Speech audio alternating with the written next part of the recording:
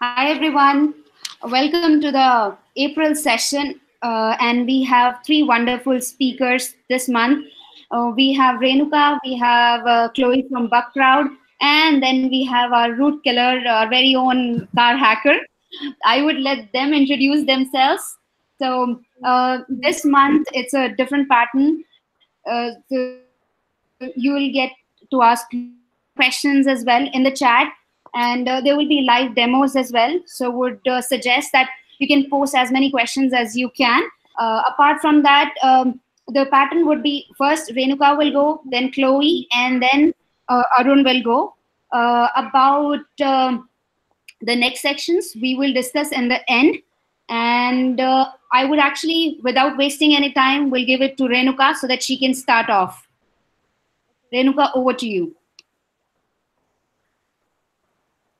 Yeah, over to you. Please introduce yourself and then we can get started. Okay. Hi, hello everyone. Myself Renuka Sharma. Renuka, we can't hear you. You can't hear me? Now is it hello? Very feeble. Very feeble. Hello. Yeah, it's better than before. Okay, so now can I speak? Is Yes, that please. okay? Yeah. Okay, so I'll start myself Renuka Sharma. I'm working in Secular 7. So I'm going to talk about API penetration testing today. So I'll start with my slides. Can I share it now? Vandana? Okay. Sure. Yeah, I'll do it.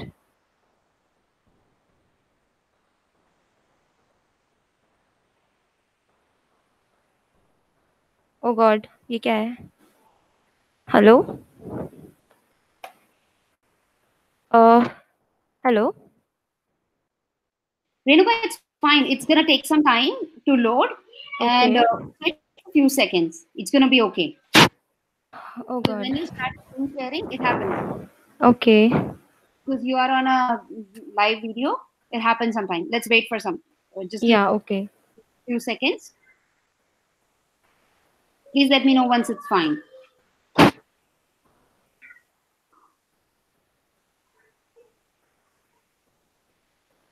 Can you stop it, and can you stop the screen share and again? Yeah, I'll do it. Sure. Okay. Now, is that okay? Yes, that's okay. Okay. Okay. So, hello everyone. So, I'll start with my topic, that is API penetration testing. And so, here is a presentation outline. Uh, so, I'll start with very basic of APIs. That is, what is API? Then I'll cover what are the types of APIs. In For the today's session, I'll be majorly focused on REST API penetration testing. So the rest of part I'll cover about REST APIs. There are a few things which are really required whenever you do or you perform penetration testings on APIs. So here I'll start with very basics requirements, like you can see HTTP methods, status codes. Then I have next forward to it is we have API security authentications. Then moving forward, I'll explain the structure of APIs and the tools and the methodologies which we need to use for the API penetration testings, and followed by then we have attacks. So let's start with APIs. So basically, APIs are nothing but the code. It's written by someone else, and you can use that code in your application. So here we are calling any specific function of the application and making use of that function for getting something done. Your voice is breaking up. Hello. Your voice is breaking up. Hello. I'm Yeah. able to hear proper. Hello. Is that Yeah, proper I can now? hear you. Yeah. Okay, so should I speak? Should I speak? Hello, Vandana. Yes, please go ahead. It's just that Uh, it's breaking up in the middle. okay. So, so API is basically a code written by someone else, and you can use that code in your application. So, for that purpose, you don't need to know like how the code has written and what they have written. You can simply use that code, and it's very easy. So you don't need to write a code for the specific program which is actually available. It is something like this. So talking about example, so suppose we have a xyz.com, and the application requires sign in function. as we already know, sign in is already available with Google. So what xyz.com will do, it will simply ask for the Google for getting the API of sign in. And when the xyz.com will ask Google for the specific thing, that Google will provide a API key, which is a very unique key, will be for that application. And once the application will get that API key, it is something like Google is giving a permission to the xyz.com to use that API. So the xyz.com don't need to do any code or any authorizations. It will just use that API code. Further, I'll move to the types of APIs. There are two types: the SOAP API and the REST API. So basically, SOAP API is a simple object access protocol, and the REST is a representational state transfer. So talking about SOAP is basically very complex in nature. So whenever you go and you see the format of SOAP APIs, sorry, so it contains a very huge or the bulky information like headers, then data. So it will be very complicated and it's very lengthy. And if you are talking about REST, it's a very simple format, and generally it's very lightweight, so it don't require any much bandwidth to transfer the data. Again, talking about SOAP only can work on XML format, but we have a flexibility in REST, as we can use HTML, XML, JSON, and plain text as well for the REST. Okay, so I'll start with the REST API because my major focus will be on this. There are a few things which are very matters when we talk about REST APIs. I'll start with the content, that is uniform resource identifier.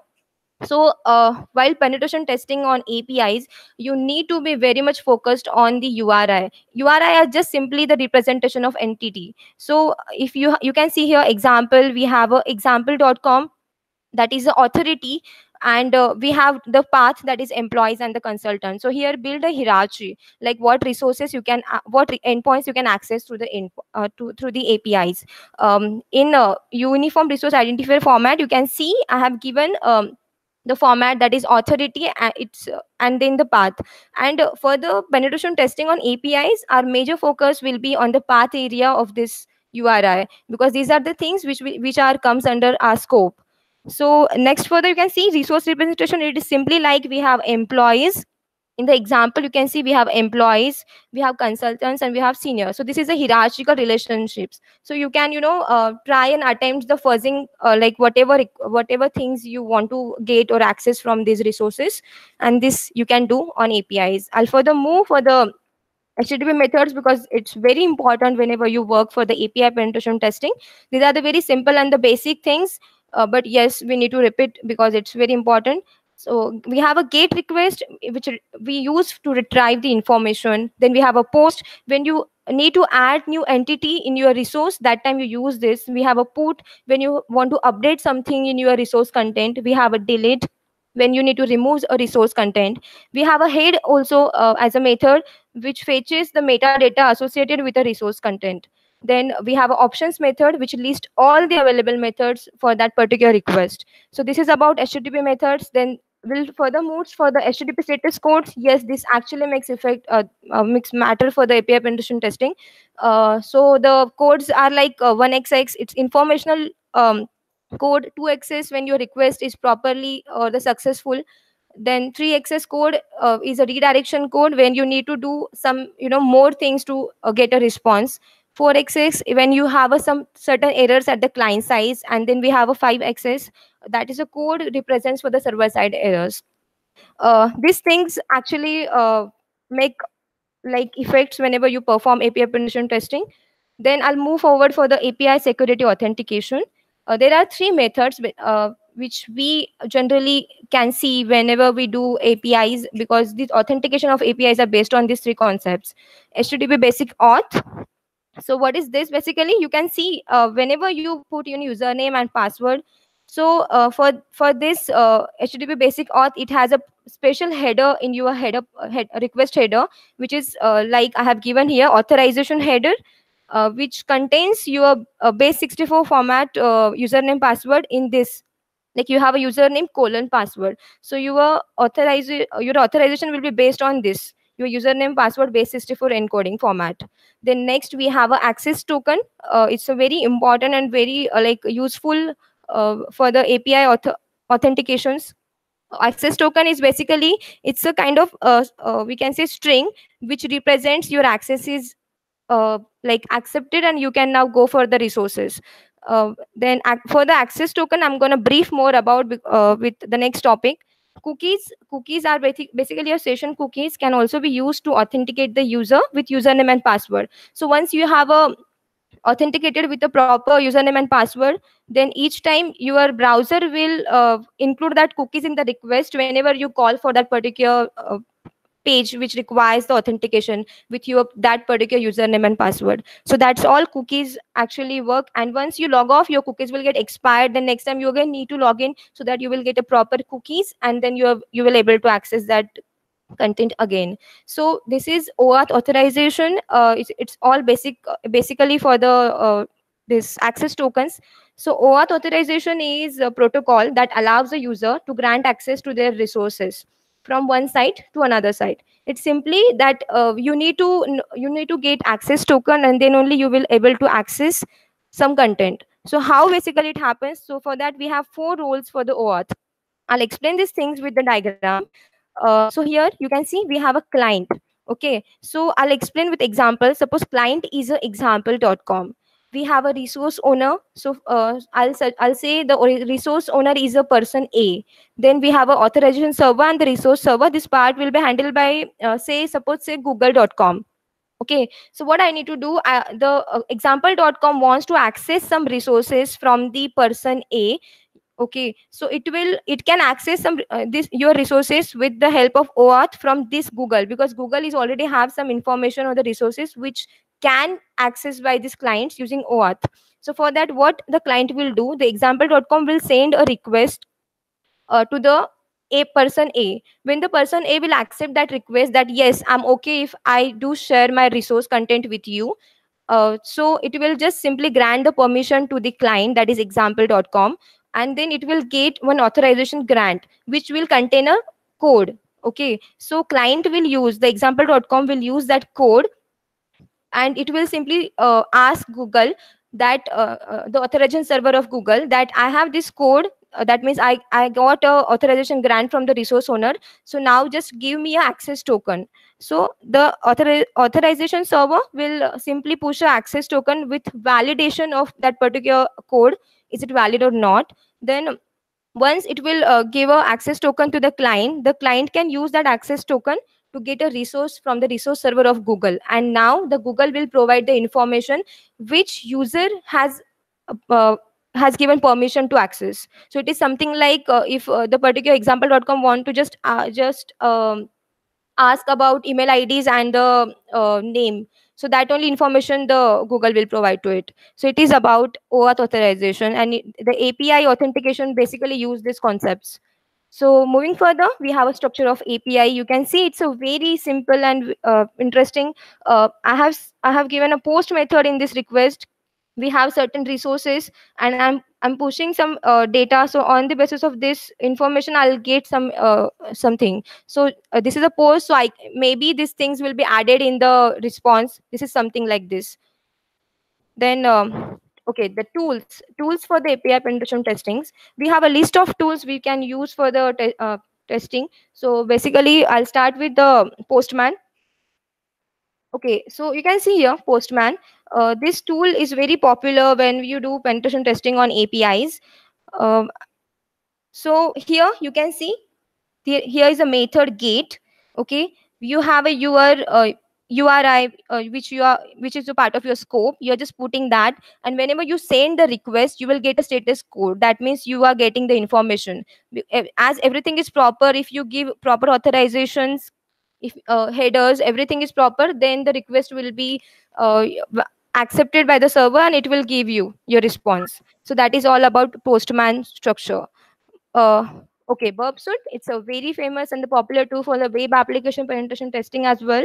So here also it's simple that you just intercept your API request, and on the basis of your interception, you can then modify the parameters, and you can perform any kind of attacks, which we are going to see that what we can do with the parameters, and what kind of attacks we can perform on the parameters. So here you can see I have this URI, and I'm getting this response on the basis of this.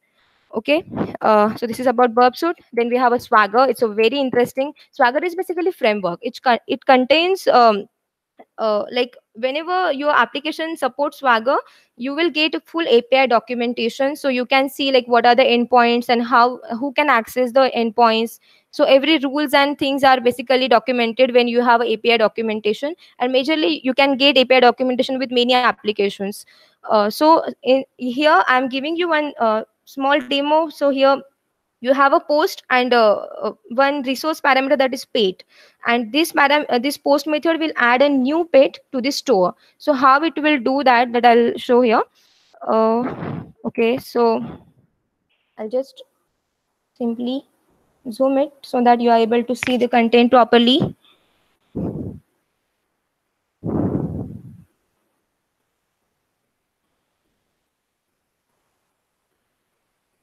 Okay, so here you can see the ID is basically 0 and the name is doggy. So what I'll do it with post method, I'll simply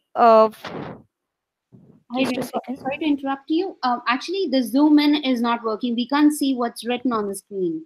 Okay, fine. So I'll just simply go on slide and I'll just explain it the way it is. It's okay. So okay, so here basically what I'm doing is I'll explain it properly. We have some ID here and we have some name here. Okay, so with the post method, what I'm doing is I'm adding my ID and the different name to the request. And when you do it, when you execute the request, that time you will get a response like this: the new entry is added in the store. That means the new pet here we are adding in the store with this ID and with this name. So that works like this, the Swagger. Then next we have a REST client. REST client is a tool. This is basically a plugin you can use with your browser. So here also the same with the HTTP request. You have a method, then you have your URL, and just simply you can add some headers and then just send a request. You will get your response here, and you can see basic API's response are basically in the JSON format. So they are very easy to understand. Further, we have a methodology to test APIs. So these are the methodologies which are simply you should follow, like whenever you do penetration testing on APIs. So this is something like you should enumerate all the endpoints. So we'll see here that enumeration endpoints is nothing but if you have a documentation with you of your API structure, that is great. That you can see that what are the endpoints available with that particular API. So you can simply try fuzzing and try accessing the resources which are now not accessible to you. Then the certain attacks you can attempt on that. But what if you don't have API documentation? Then you need to guess. Then you need to see what exactly the resource contains, how it can be, and then on the basis of that you have to think about what kind of attacks you can perform on that API endpoints. Then you should try different request methods whenever you do this, because it is possible that sometimes some URL which is working on gate can work with post parameters. So you can modify in that API content, API resource content. For that yes, so you should try for the different request methods. Then exploiting endpoints with the knowledge of endpoints methods, and we can go with findings bugs on APIs. So for that we have a different kind of attacks which we can perform on APIs. I'll explain these attacks. So enumeration, it's a very basic attack. In this attack, user enumeration can be performed in REST service based application. So you can see here, this is a here you can see this is SQLi API.php users, and here the parameter that is 2. So now I can see this is something number or numeric value. If I just try to change this parameter value, can I get something? Yes. If I just change it with 3, I can get this information. That means I'm able to enumerate the users names and the last names. So that is the user enumeration. This you can simply perform. Then we have information disclosure. see, whenever you transmit some data through the APIs, you should be very careful, because anyone can intercept your request and he can, able to access your data, like whatever it may be, personal information, financial information. So while doing this, what you should do is, if the data is very sensitive, which is transmitting through the APIs, you should make some proper encryption to the data with a proper algorithm, so the attacker intercepting the request won't get able to get what exactly the data is. Then next we have a IDER. It's a very popular vulnerability. uh, this vulnerability is basically when we can able to access a direct object based on the user inputs. Suppose we have a ID. Here you can see there are two things I have given. We have a resource ID and the ID number. So suppose I am a user, I have a ID 20, that I can only access the things which are comes with respect to this ID. What if I just try to access some other person's resources with the ID parameter? I'll just simply use some other ID and then I'll get resource. So that is simply IDER, because I'm able to access some other person's content with the object, which is basically directly accessing or directly accessible publicly. So this is about IDER. Then talking about cross-site scripting, this is a vulnerability which is where application uses unsanitized user input, which exactly rendered in output. So this is something, as you know, that whenever you send some request, this is in the JSON format. When you get a response, that is also in JSON format. So if you put XSS payload in that, it won't get execute. But what if the services which are going to use response might render that content as HTML, and then that particular client side will definitely uh, get the this pop up with XSS, because if the response which is getting in JSON, that it is rendering in HTML, that means your XSS payload will get execute at the client side, and you can get the cookies and the session IDs whatever you want through the XSS. Then next we have a MITM, that is man in the middle attack. It's very popular attack, and it's like possible because we are able to intercept between two systems communication and able to access confidential data. So with this data you can get session IDs or cookies, and with those sensitive information you can actually access someone's accounts and the information which is very confidential with that person. So this is about MITM. We have next is SQL injection. It's a very famous attack. So basically SQL injection attack is when you like inject some code, and then it breaks your SQL query, and it's give you something which is very promising. So it is something like when you here you can see that okay, I'll just simply explain this concept with the example. We have a DWAP. It's a vulnerable platform, and they have given us the platform to work on API SQL injection. So here what I'm doing is, you can see they have provided REST API URL.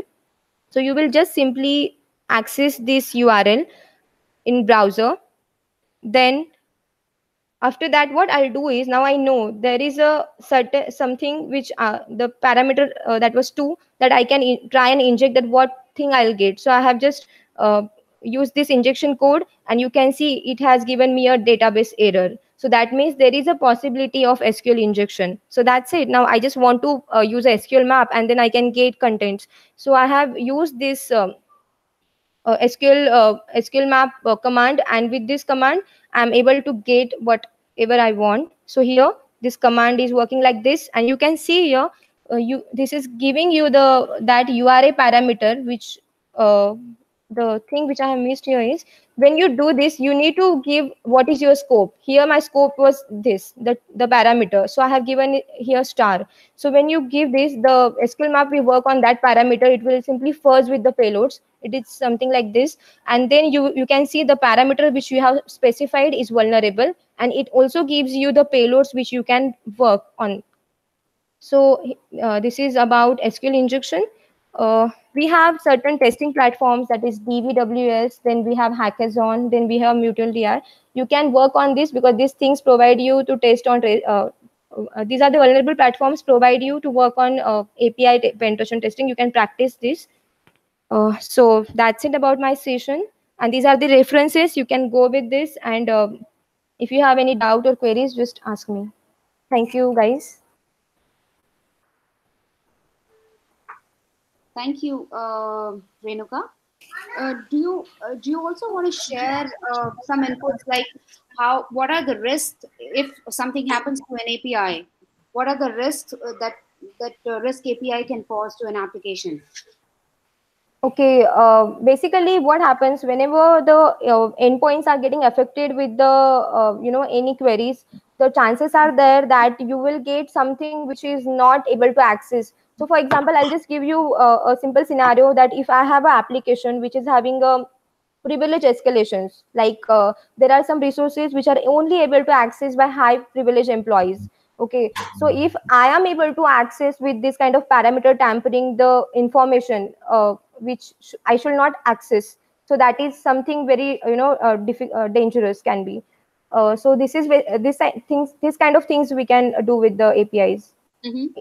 Okay, because if we, let's say, use if we do not use HTTPS, there is Okay. a risk that can be posed to an application, right? If we don't Yes. use Yes. REST API Yes. over HTTPS, or we use a weak API keys, that can be a big problem to an Yes. application. Yes. It Apart should from not that, repeat. yeah, if we do not have appropriate security or logic at the right place, like it can lead to unauthorized access. The message can be replayed. Also, the sensitive information can be displayed to the users. uh, People can do eavesdropping from the application. Parameter manipulation, you've already mentioned that people can do parameter manipulation. uh, People can also insert a malicious actor can actually insert virus as well. Yes. Yeah. So yeah, thank you so much for sharing your inputs. Thank you. Let me just check if there are any questions in the chat box. Okay, we do not have any questions at the moment for you. So we will Okay. move on to Chloe. Chloe, Hi, everyone. Good morning, good evening, and good afternoon, depending where you are located. And I'm happy to be here with some fabulous people here. And I'm about to start. I'm going to turn off my camera while I do the slides, but I'll turn it back on to say hello again. But yeah, so bear with me 1 minute. I'm going to pull up the slides. absolutely. So one more important thing, we would want you to introduce yourself and then start with the slides so that people get to know about you. Right. All right. So I'll tell you a little bit. Can everyone see my screen? See my lovely slides? I can see a black box on the screen. Black box. Ooh, that's not good. First, see your slide and then it went off. All right. Well, I'll just do it this way. That's weird. Okay. So, hi, everyone. My name is Chloe Mustagi, and we're going to talk a little bit about how to fix a diversity gap in cybersecurity. I have a lovely slide just about me. So I have an MS in political research from the University of Edinburgh. I'm also a security researcher advocate and PM at BugCrowd. I am a big supporter of Disclose.io. If there is any hackers or coming to hack, really check out Disclose.io. There's two parts. One is the core terms of basically the language, the legal language, so you don't get in trouble. And also, you know what the companies and if they're supporting Safe Harbor. There's a second part to that, which is the list. And the list is all the companies basically saying that I will not prosecute you. And at the same time gives you like measures of what you can actually do, what you cannot do, what kind of rewards, who do you connect with if you want to report a vulnerability, or if you want to do some bug bounty. So I like to use that list to know that these companies are going to be probably the best ones for me. I am a board member for 4 nonprofits. They usually are around kids, mostly girls, and to bring equality and equal access to education and healthcare. I am one of the founders of WIST, which is Women in Security and Technology. However, we recently changed our name to WOSEC, which is Women in Security. I do head the SF chapter. In my free time, I do mentor underrepresented in InfoSec. I have about 50 mentors now, mentees, to try to keep them in InfoSec or get them into InfoSec. In my spare time, I tend to also do some speaking on diversity and inclusion in InfoSec, like right now.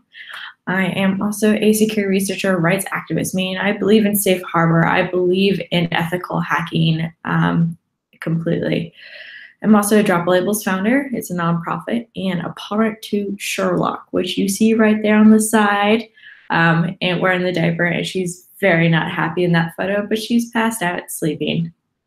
So if you hear her in the background, she's just letting me know she wants attention. So today's agenda, we're going to go into some background, some statistics, a little bit about our brains and how we label. We're going to possibly not do an activity because we are all virtual right now. However, it's an activity that you could take home with you, or you're already at home. So take it to your office, take it with your friends and family, and try it out. I'll share some stories, and then I'll give you some solutions on how to fix the gap solutions. All right, so some diversity statistics. So women make up about 11% of InfoSec. Minorities, it's less than 12% in InfoSec. And believe it or not, it is nearly 4% of hackers are actually women. So ladies, if you want to become a hacker or a security researcher, like the 4%, let me know. I'll connect you with some wonderful mentors that can get you on that track, because I don't think 4% should exist right now. There is about a 1.5 million shortage right now in the InfoSec community when it comes to employment. Underrepresented persons are more likely to be let go or fired, and underrepresented persons are less likely to be promoted beyond a manager title.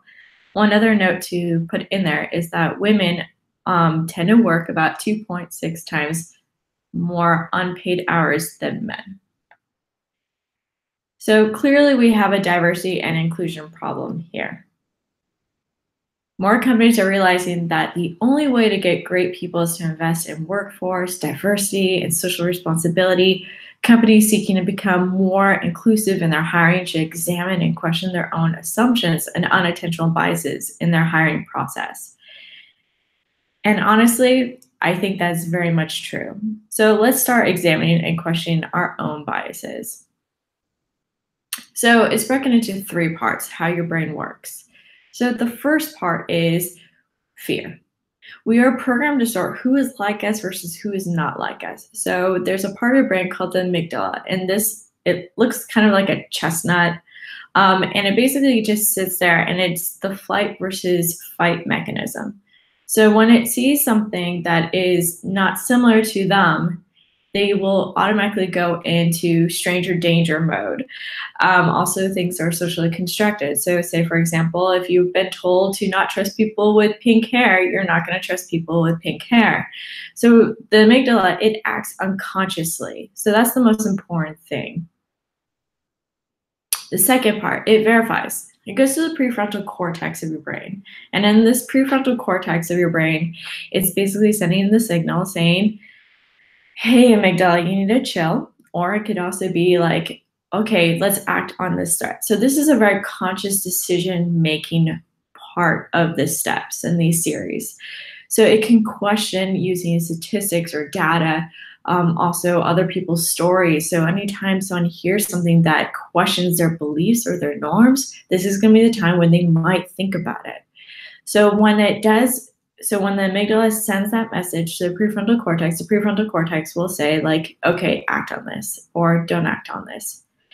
And that's the third part, which is the action. So once it sends the signal to the amygdala is like, all right, let's go get completely afraid of this person. Or it could be, hey, let's embrace this person. So the most important thing to note is that there is a period of that process where you can question your own biases.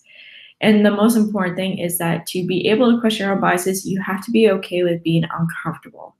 Because it is uncomfortable to question social constructed norms. It is uncomfortable to question your opinions or judge yourself on how you think about others. But it's when we get outside our comfort bubble that we really learn about the world. I have a video for you of this person who shared their story. Hopefully the sound works.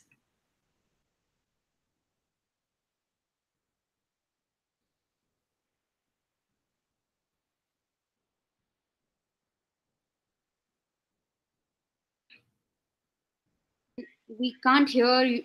We can't hear this, Chloe. No? Okay, hold on. Let me take out my ear pods then. That'll do the trick. 1 second. Let's start from the beginning. Can you hear it now? Yes. I feel labels keep our society divided. A label that I've always felt held me back, or at least sometimes would bring me down, is because I'm an African American, I'm some kind of criminal. They see me as African American male, and they instantly get nervous. Their wife would clutch their purse or their husband's arm a little more. They don't make it a point to be discreet while they're staring at my every move, not knowing that I'm on my way to class because I'm about to finish my master's, not knowing I already have a bachelor's degree. Join me and many others in the Drop Labels campaign by posting your experiences with labels at droplabels.org. All right. So this is usually the part where if I'm with a bunch of people in an audience, I usually do an activity. And the activity is basically have one person partner up with someone they've never seen or they have seen but never talked to. So the most important thing is for this activity to work, you have to work with a stranger. Just a quick question. Can everyone still hear me? Yes, we can hear you. Okay, great. Okay. So in this activity, you have two people. You say partner A and partner B. Partner A talks for 5 minutes straight. So 5 minutes straight, they're supposed to talk about anything at all with this stranger. And person B is supposed to listen and to catch themselves when they are thinking about the person or judging in that moment, or also thinking of how to respond. So the whole thing is that we've been really much trained in school to always respond and to always act when someone's telling us something, that we always reshare that in a sense and be like, yeah, I agree with you, but this and that. The thing is, during this activity, you don't have that option. So the person B has to be completely quiet. They have to listen. They can nod, but they cannot say anything. And after 5 minutes, then they switch. However, when they switch, person B, when they're talking, they can't reuse the material that person A had shared.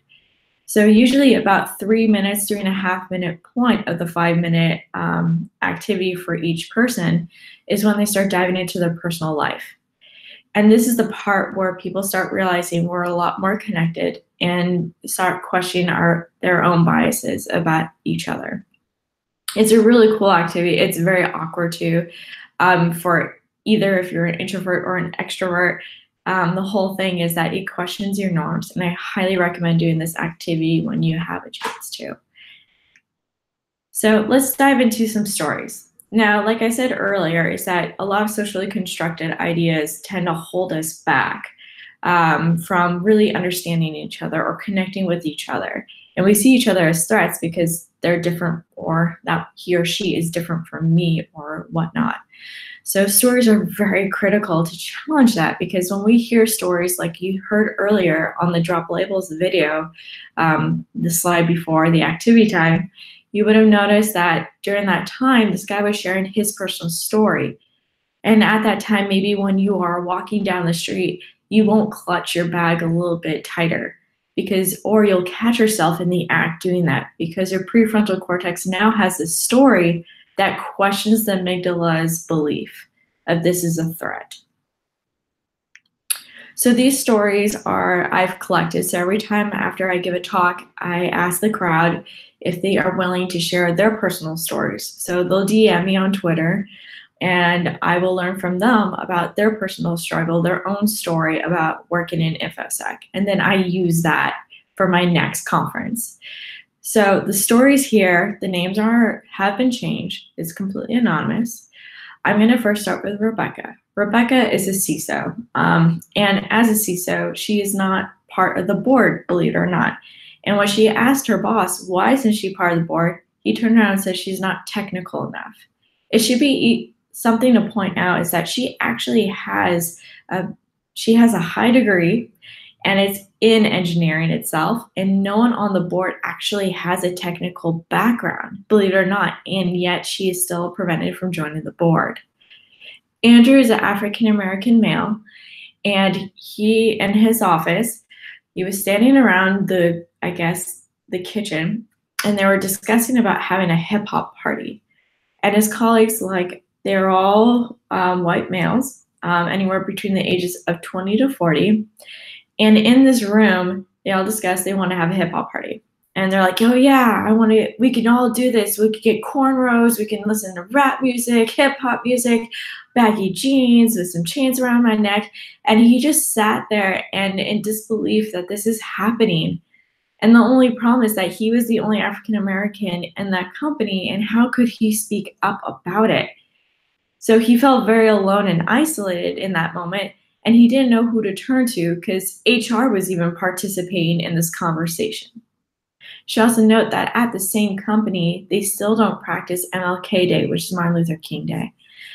And that was a huge problem for him too, because he felt like he was underappreciated and no one was noticing that he felt very isolated because he wasn't like them. Also, Crystal, she is a security manager. She's been a manager for 20 years and she's finally leaving. I can't say what company she works for, but I can say it is one of those things that happens to be, a phone maker and also an iPad maker and whatnot. You probably figured it out by now. The other person is Cleo. Cleo is a marketing manager, and she was discussing with her team, which were all males, that on the website design, there were some graphics. And in the graphics, it's a silhouettes of men and one woman that supposedly shows the executive board. Now, this woman, she was wearing high heels, a short skirt, and she was in this pose of where she was crossing her legs, and her arms were just at her side holding a notebook. Versus the men in the silhouettes, they were very expressive. Their arms were really out there, and they looked like they were in these deep discussions and pointing at things as well. So much larger than life. But in reality, this woman was supposed to be a CISO, but in the image, it made her look like she was some sort of assistant to a CISO. So she's explained that and shared that story. And what happened was that the team rolled their eyes at her, and she just felt like no one's understanding this situation. My story, I came public besides SF a few months ago. And my story is basically, I almost left InfoSec. And the reason for that was that before I attended RSA 2018 of last year, I basically was interviewing a bunch of women for International Women's Day. I wanted to do a blog post about the issues of why there's not too many women in this field, or this industry, one could say. And they shared their experiences and their stories with me, and I couldn't believe it. But it didn't really hit me until I attended RSA's conference last year, because I was in this room, there was hundreds of males, and only 2 other women in that room. And the entire time, I just kept saying to myself, please say not an executive assistant, please say not an executive assistant. And both of those women had to be executive assistants. So I walk out of the room feeling really weird, knowing that the fact that in this room, in this crowd, there was only 2 women and none of them were technical. None of them were in any other role except for assistants. And I walked down the corridor, and there's bathrooms on both ends. And on the left side was the males, and there was this long line. It's like the first time ever I saw such a long line for the males' bathroom, by the way. And then I go across, and there's the women's restroom. I'm like, okay, maybe the line's inside. I open the bathroom door, and there's not a single woman in this bathroom at all. And that was the trigger moment, was that moment. So I was walking back to my hotel, and I remember getting in the room, and it was like this tidal wave of emotions, where suddenly I felt something was definitely off. And it was like as if someone lifted this blindfold off of me, and suddenly all the stories that the women were sharing with me for the International Women's Day blog post that I did, I suddenly realized they were happening to me the entire time. And I was totally blinded by it. I had no idea. And it was that moment of being in that room of, all the men and only 2 women, and also going to a women's restroom where there's no women in there whatsoever. I felt like I'm not being included. I felt very isolated. I felt very alone at that moment. And I actually questioned, this is a time for me to leave. So for 2 months afterwards, I was just thinking about leaving and going back to like nonprofit work or going into a different field of tech where I felt much more included and whatnot. However, one of my friends told me that I should go to this conference called Day of She-Curity, which happens in June in San Francisco of last year. So I walked in this room for this conference, and it was a room of 200 women. The only men that were there were the volunteers or the sponsors or those that were giving workshops on Burp Suite. And I swear I felt so emotional in the sense where I felt empowered suddenly. And I go to the women's restroom, and I kid you not, I know I bring up the restroom a lot, but there's something about it for some reason. And in this women's restroom, there's a long line around the corridor, and there was like absolutely no line for the men's at all. And I just suddenly felt like, oh my God, we exist. Like, women in InfoSec exist, and we're still here. And some of us are fighting to stay in here. And it was that moment where I was just like, you know what? I am not giving up. So then what I did was that I went back to my place, and I was just like, okay, brainstorm. What do I need to do to make sure that this changes? Because I don't want any other woman to ever feel the way that I have felt. How do I do this? And it's not just women, it's also other people that are unrepresented that are probably feeling the exact same way. So I started reaching out to those women again. I did the LinkedIn blog post, which is for International Women's Day. And then they connected me to other people, and then to other people. The next thing I know, men and women were trying to support me, and they wanted to see me stay in InfoSec. So they basically were like, we want you to go to summer camp at Las Vegas, which, as some of you may know, it's besides Las Vegas, it's DEF CON, it's Black Hat, it's QueerCon, it's Diana Initiative, and it's also Hacking Diversity Con. So there's a bunch of different cons for InfoSec for that 1 week in Las Vegas. And I was completely sponsored. I checked my email. I had like flight tickets. I had hotel stay. I had badges to every single conference because people didn't want to see me leave, and they believed in me. And I felt so empowered at that moment that people actually thought that like I had something to give. And I also got one talk accepted, which was for Hacking Diversity Con. And I was this talk that I'm giving right now, but it's been changing since then. But from there, then next thing I know, other people started inviting me to do talks for them or for these other conferences. And that is also during that time, during the summer camp, I met incredible people, incredible hackers. I've met other women hackers. And the other thing that was the best part ever was that I went to a QueerCon / DEF CON / BugCrowd event. And it was a pool party. And at this pool party, I should just mention, for those that are not aware, during DEF CON or Summer Camp Week, there is this rule that everyone follows, which is the 3-2-1 rule, which is 3 hours of sleep, 2 meals a day, 1 shower a day. And I've been doing that for 5 days. Everyone else has been doing that for 5 days at this point. But I met some incredible people from BugCrowd at this event. And I started talking with them, and I realized that like if I'm gonna go work somewhere, I wanna make sure they practice diversity and inclusion. And I was chatting with the women that work there. I was chatting with the men there, and they were all telling me about great things. So then next thing I know, I'm sitting in a pool at 1:30 in the morning with Casey, who happens to be the founder of BugCrowd. And we talked for like 30 minutes on how we can work on diversity and inclusion in InfoSec and the issues there.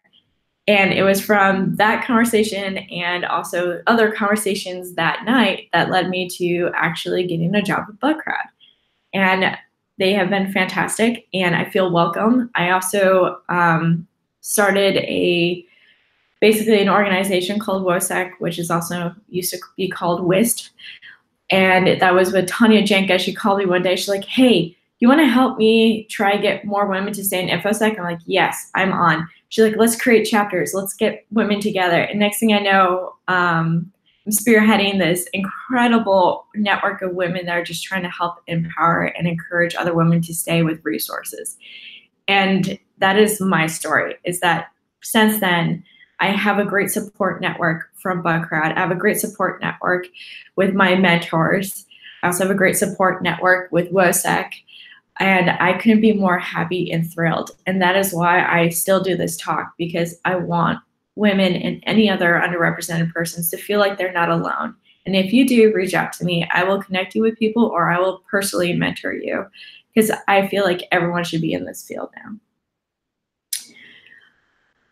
So what have we learned about stories? We know that it causes impacts. It changes our perspectives, our beliefs. It can also remove blindfolds. It can also bring awareness. But most importantly, it makes us uncomfortable. And once again, I want to reiterate that being uncomfortable is when we actually start learning about the world around us, where we start really realizing that, oh my God, we're not that different from each other. So how do we apply stories in cognitive science to solve the gap? Well, one, you could start volunteering. Start early, promote InfoSec. You can go to your company, or you can go in your own community and get people together where you're like, I want to make a difference. So go out and volunteering, because that's when you start realizing different things. You learn new things, but at the same time, we need to empower more people to come into this industry. So volunteering is one of those stepping stones of doing so. But it also is a time for us to work together in our small community of InfoSec, to work with each other, mentor each other, to outreach with each other, and try to make a difference right now. Because most importantly, when you do, you can actually change someone's life. And let's do this.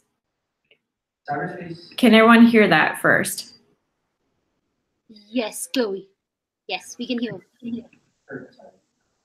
Cybersecurity is more than coding and tech. It's a passionate career full of success. There's a team that can help clean up any mess. They live to serve, and they serve to protect. They use their passion and hard work to make differences. They don't just push keys and on computers and show up to 2 or 3 conferences. They protect your phones, tablets, and iPads. They help prevent viruses, pop-up ads. They protect valuable information across the cities and states and nations. They make connections by networking and stop hackers that are lurking. They have good hackers and bad hackers. They install malware. They have trackers to keep you and your information safe. They have backup plans for their backup plans just in case. They don't like to brag, because who knows? You may be better than they ever were. Hashtag create new heroes.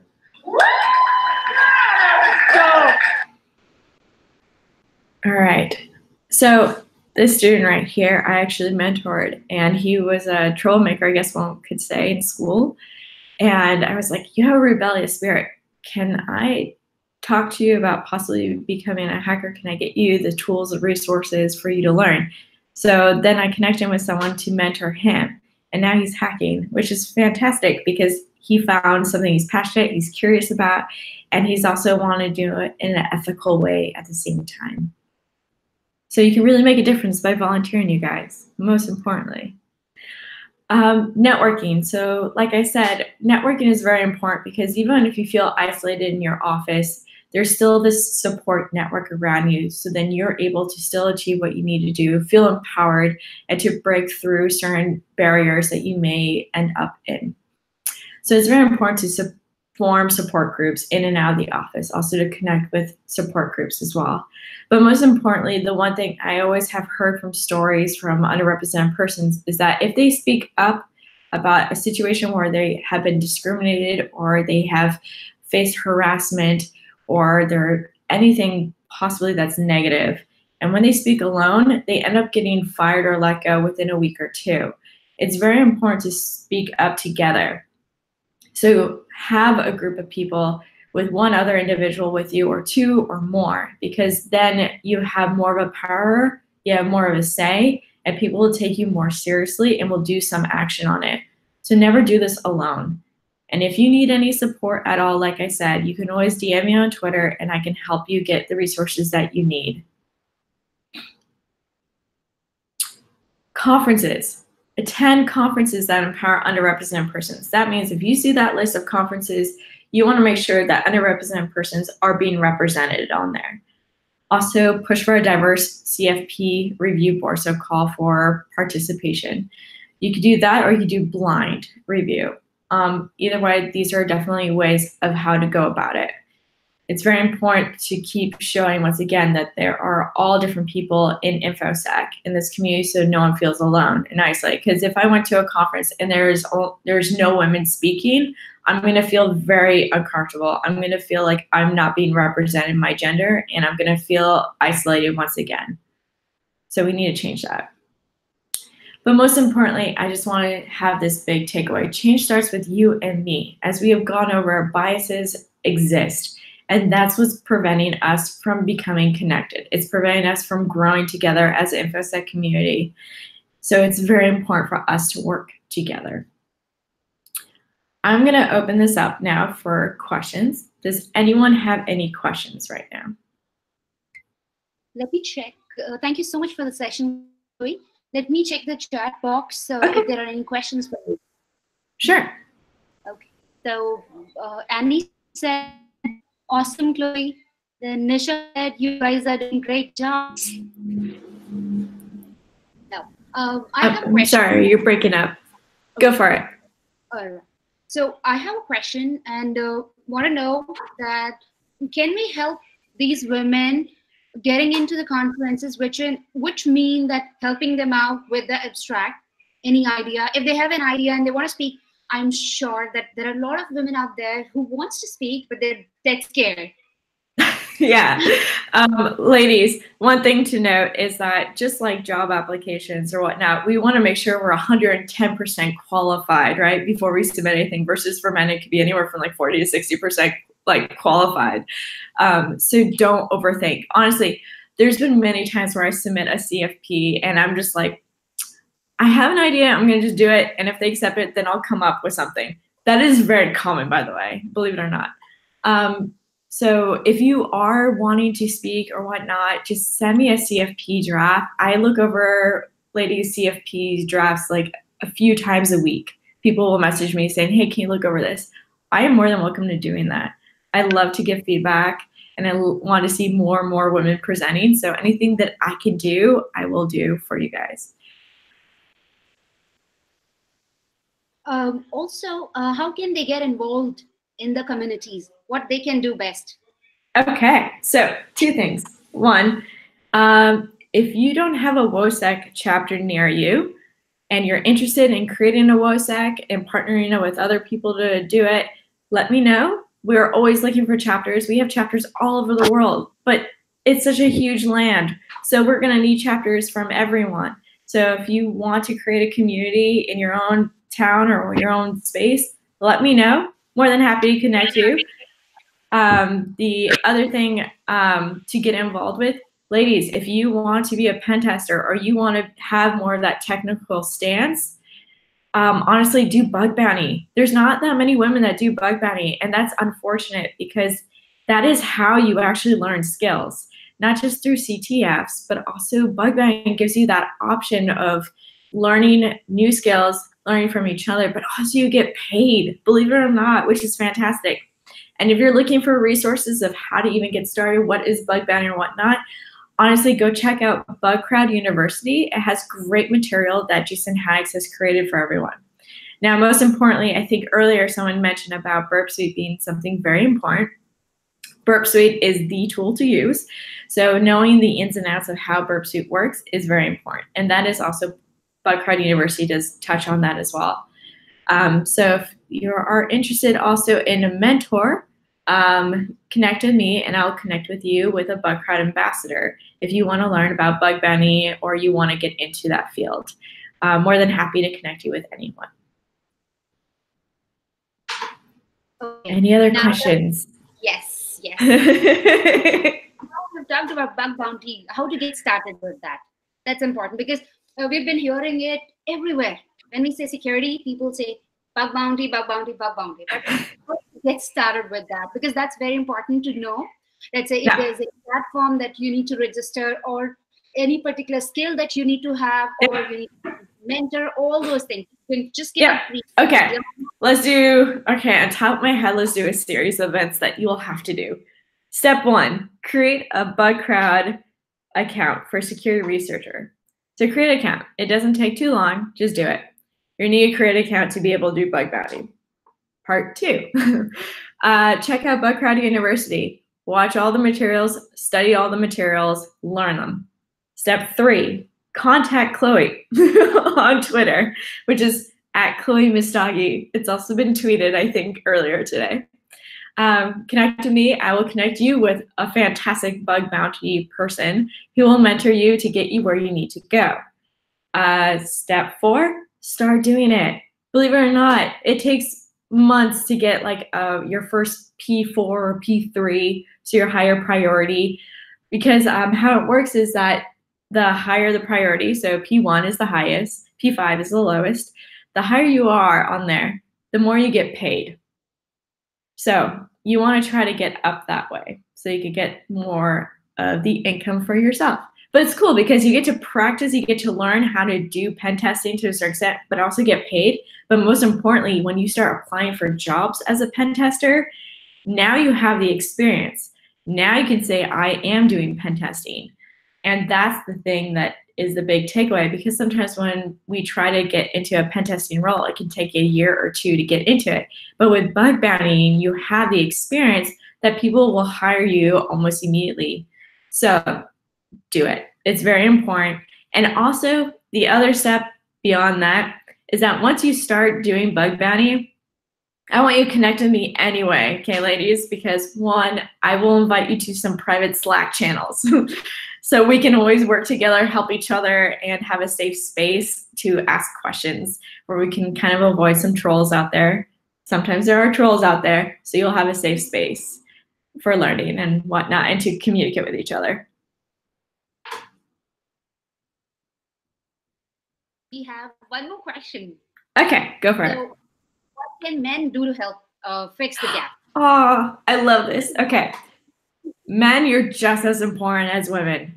And women, you're just as important as men on fixing the situation. So how I really see it is that help them connect with other people. Give them the tools, the resources that they need. Ask them, how can I help you on your journey in InfoSec? What do you want to become in InfoSec? What is your desire, your dream, and your career? How can I help you get there? That's the fundamental question. When you ask that question, she will probably be like, she'll either do 2 things. One will be like, oh, I don't need anything. Okay, thank you so much. Or she'll be like, yes, please. But also just keep asking if they are like, no, I'm okay. Thank you, though, for the offer. Ask again. I don't know, in my culture, so like I'm partly Iranian, and in the culture itself is that when someone's like, here, do you want this? You're supposed to say, no, no, no, that's okay. And then they're like, oh, are you sure you don't want this? No, no, no, no, that's okay. But in reality, they might want it actually completely. It's just being respectful and being kind and whatnot. So ask again until she says maybe or yes. But yeah, that's the best thing, is be a connector, give her the resources. And then men, if you're out there and you're trying to help out any woman, or you want to help in your company, bring in more inclusion, contact me. I have worked with other companies as well on trying to promote that and also to help them out with their strategy and their practices in their own office. So feel free to reach out to me. Great. Thank you so much. So You're most welcome. Thank you. So now the takeaways would be from this that we would help them in getting to the conferences. We will help them with the abstract, we'll give them the right confidence which they need. They can feel free to contact us and we would be there for them. Exactly. And that's the most important thing, is women helping each other, men helping women. It is all of us coming together and working together as a community, because we are a small community. So let's act like it and let's help each other. Absolutely. It's not bringing something different, but working together and giving a platform. Yeah. Great. And the whole point is that no one should ever feel isolated or feel alone ever in this community. So I want to make sure that no one should feel alone. That includes men, that includes women, that includes everyone. No one should feel alone. So yeah, more than happy to connect with anyone. So thank you so much. That was an You're most welcome. Yeah. You're most welcome. Thank you for having me, and good evening and good morning and good afternoon again. Thanks for having me. Thank you. So, All right. yeah. Now, up next, we have our very own root killer, Arun Mane. Hey, hi. Hi. So, we would be really glad if you can talk about you, because I have read about you a lot, but I want you to tell people about you. Yes. Am I audible? Yes, you are. Okay. So I. Light in the background, so that's why it's Okay. getting blurred. Wait. I will turn this out. Okay. Yeah. Is it okay? This is better. Yeah.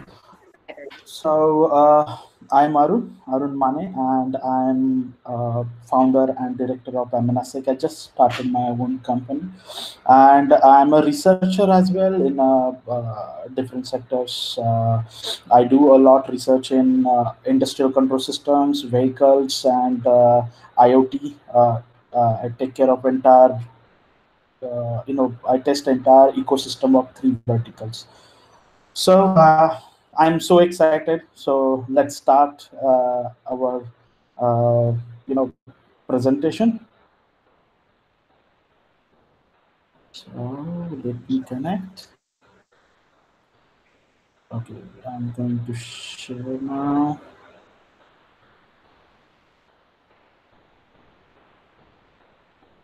Okay, so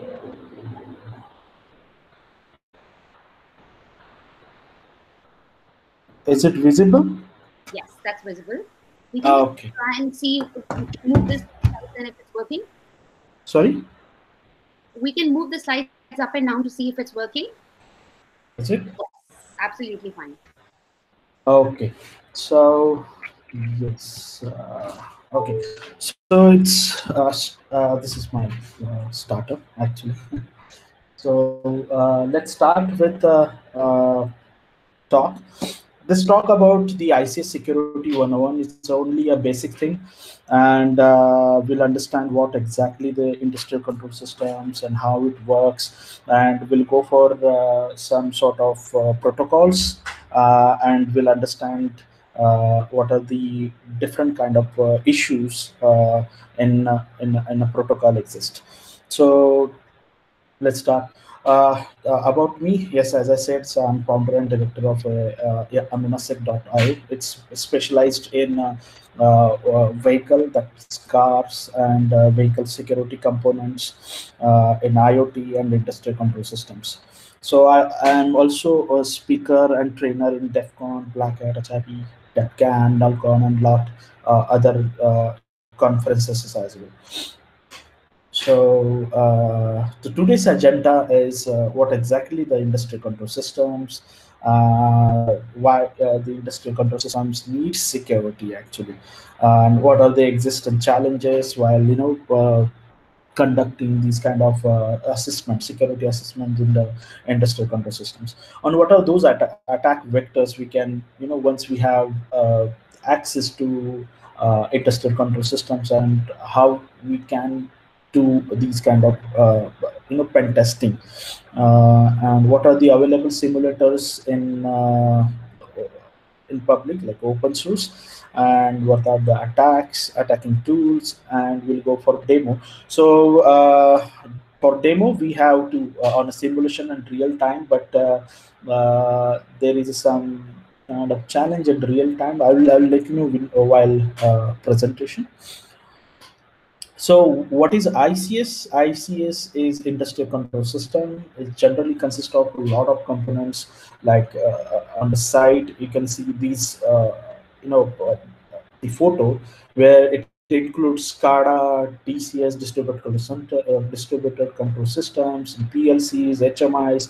So all together comes in a picture. They call it as ICS. So ICS is a main backbone for every nation.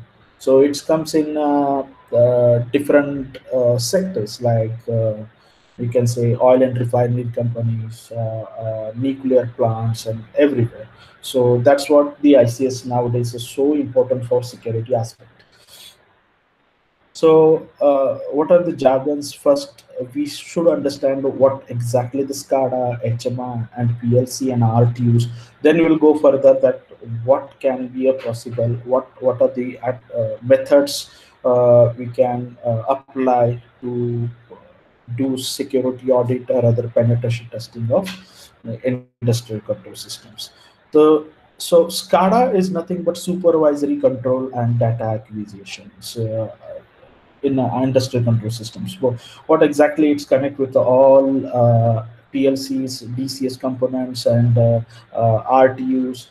They connect with each other, and they takes the SCADA actually takes the input from those devices and put it into graphical manner. So field engineer and other programmers, they can understand what's going on in on the plant or other any substation or station, where they can control very well, they can access like SIM tool. So in IT security, what we have a SIM tool which takes the input from other network components, rather you can say the Windows systems, other boxes, collect the logs and put it in a different way, whether we can understand what's going on in the network, whether it is something happening or other any malicious activities going on in the network. So it's like the same thing, but in a different perspective. And then HMI is a human-machine interface. It comes with a different flavor. It's like a hardware-based and web application-based. That means software. So in hardware, it comes usually comes with the hardware PLCs, which has a small screen in that case, or rather you can say the web application attached with a rather they have web application service running in the embedded system, and that particularly shows the status of the PLC, or rather the status of the input IO inputs of IO of the PLCs.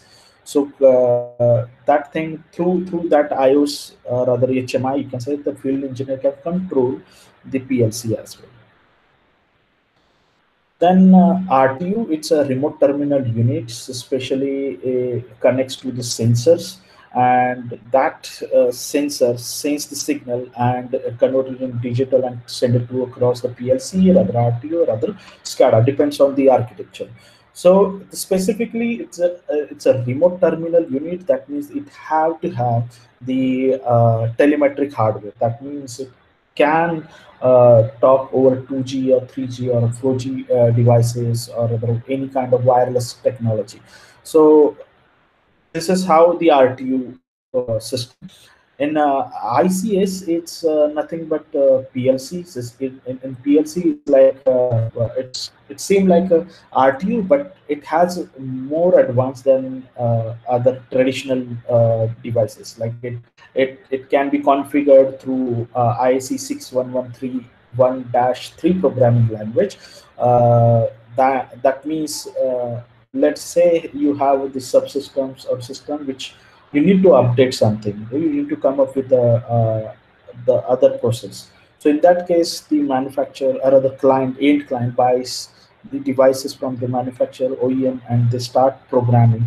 So in that case, they need to program remotely or other, you can say, on a testing bed. So they have something kind of programming language, like we have for programming like Python scripts, C, C++. In ICS, they call it as a ladder logic programming. So same, the major difference between the ICS and PLC is like PLC don't have capability of telematic unit, but they can connect with the modems, 3G and 4G modems or other 2G modems. But the RTU comes with telemetric unit. So only the big difference between the ICS and PLC. So here you can see this is the first is our ABB. It shows ABB. So it's kind of maybe the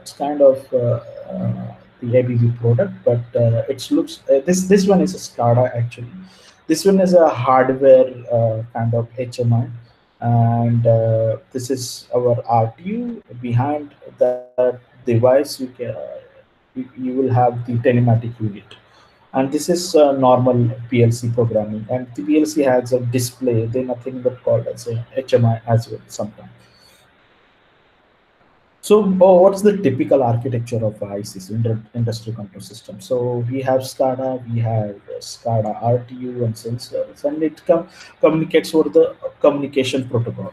So let's say sensors and actuators, they are communicate with RTU, and that RTUs communicate with the master over the communication protocol. It may be Ethernet, it may be a wireless, but with a different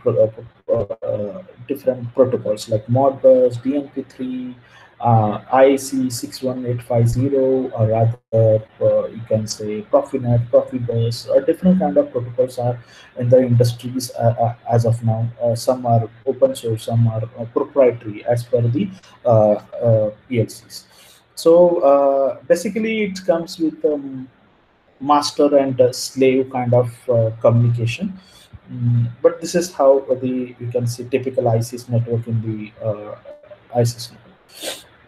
And if you go in the different way, it's nothing but field instrument. It's a smart device. It sends some data and send it across the RTU or other PLC, and that sensor, that RTU-PLC sends the data from the instrument, field instrument, and convert it to digital format and send it across the SCADA master. So in that case, like it sends through a digital value or through it would be it always be a digital, but through over the network, or other you can say the wireless network.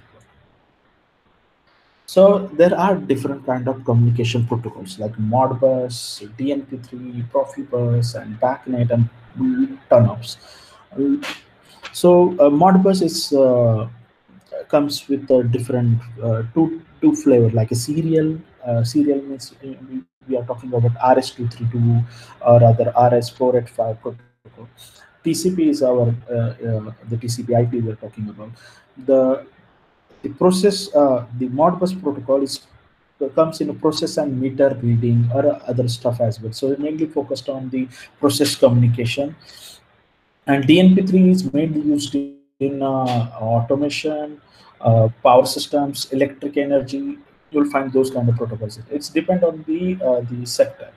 Profibus, again, it's a process-based protocol. It's like a Modbus. And BACnet, mainly comes in building automation. We call it as a BMS, Building Management Systems. So in that case, BACnet they use. So there are different kind of protocols in the market. So now, today we are going to talk about the Modbus, which is again comes in two flavor, as I said, like the serial as well as the TCP/IP. And this is what originally developed by, or rather you can say published by the Modicon. Now it's a Schneider Electric. So they published in 1979 to use to program PLC, and then after that it comes in industrial application. It's used for industrial application, but it's published in 1979, and now it's nowadays it's a royalty free. So you can take that the Modbus stack, and you can modify as per the requirement or the standard in that case. So it becomes one of the standard protocol in industrial communication. So if you compare with the entire ICS, you will find 40 to 50% you will see the Modbus communication in the industry. They use Modbus communication in industry. So this is kind of a master and slave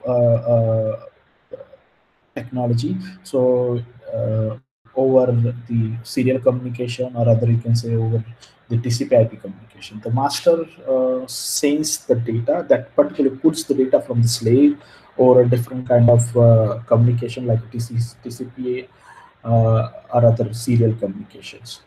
So working strategy, as I say, it's a master-slave protocol, and master must regularly pull slaves to get information, and it supports up to 247 slaves per master, and it works on 8-bit long addresses. So, and the security issues, so security aspect, you can see it's a clear text protocol. There is no authentication. That means you can sniff entire communication if you are in a ICS environment. So being a clear text, you can sniff, you can understand what's going on inside the communication. And it's unauthenticated. That means you can do tons of attacks over a Modbus. So Modbus, it's like the it's you can see the packet format like transaction identifier. Then I have protocol identifier, the length field, unit identifier, function codes, and data bytes. So over here it's the protocol identifier. It's always be 0 for the TCP/IP. So through this, you can understand whether it is TCP/IP or other serial protocol. And a slave address, it's so important for us. So say a slave ID may be 1 or 2 or 3, depending on how they configured the entire PLC, and it's attached with a slave. So we need to identify first what is the slave address. And function is so important for function code is so important for, in that case, Modbus. It's like function for reading, writing calls, writing register values, writing multiple register and coil values, this kind of thing. So here we enlist the entire function names, the read coils. So if it is function 1, that means we are reading coils. Coils is nothing but you can say the digital values in that case. And if I talk about the register, that means analog values. So like we have actuator. Let's take an example. We have the water dam. Yeah, you can say setup, or rather you can say industry. So in that case, we need to open a door, right? We have to open a door. So that time they use coils. So it's an example. It's that time they use a coil. So that 1 is for opening a door, 0 for closing a door. And let's say they have a temperature sensor or other level of water. So in that case, they use a register. So it may be from 0 level to 100 level, and they have fixed threshold on 80, right? So when it cross to 80, then it gives some alarm that something is happening. So the level goes beyond the threshold. So in that case, they use register values. So register is nothing but analog, which the temperature sensor or a level, proximity sensors, they use register values. But for a coil, they use 0 and 1. That can be a 0 and 1 as a digital values. So reading those values, read coils, it's a 1, function 1, and writing single coil, it's function 5. So reading holding registers is nothing but register, it's 3, function 3, and writing single register, it's a function 6. So writing multiple register, it's a 16, or write multiple register, it's function 23. So whenever we do a research about any PLC, let's say Allen Bradley or S7 or any kind of PLCs, so they release a user manual for developers. So in that case, they mention that particular PLC supports these kind of functionalities in function codes over the Modbus communication. So you can see those function, and you can if you do scripting with the help of Modbus Python client. It's client, or rather you can say library file in the Python. So you can code it in such a way that you can use those functionality, and you can interact with for security testing, you can interact over the PLC. So here, so why we are talking about the security, IC security, because as I said, it's a backbone of each nation manufacturing and it's play a critical role in the nation. So it connects with all different sectors. It's connected with the telecom industries. Even that particular thing is connected with the oil and gas and your home and stuff, infrastructures nationwide. So it's too critical now, and being it's a so old technology, so it's too much vulnerable. So as we are in security field, so we know it's a old technology. That means it affects current infrastructure as well. So again, it's being an old technology, and they are not updated. Uh, they are not updated yet, so it's more vulnerable. And because being a more vulnerable, attackers or the outside actors take advantage, and they do some sort of APT kind of attack, or cyber espionage, or these kind of attacks they conduct. Known vulnerables, known malwares. They are Stuxnet, Havoc, Black Energy, Doku.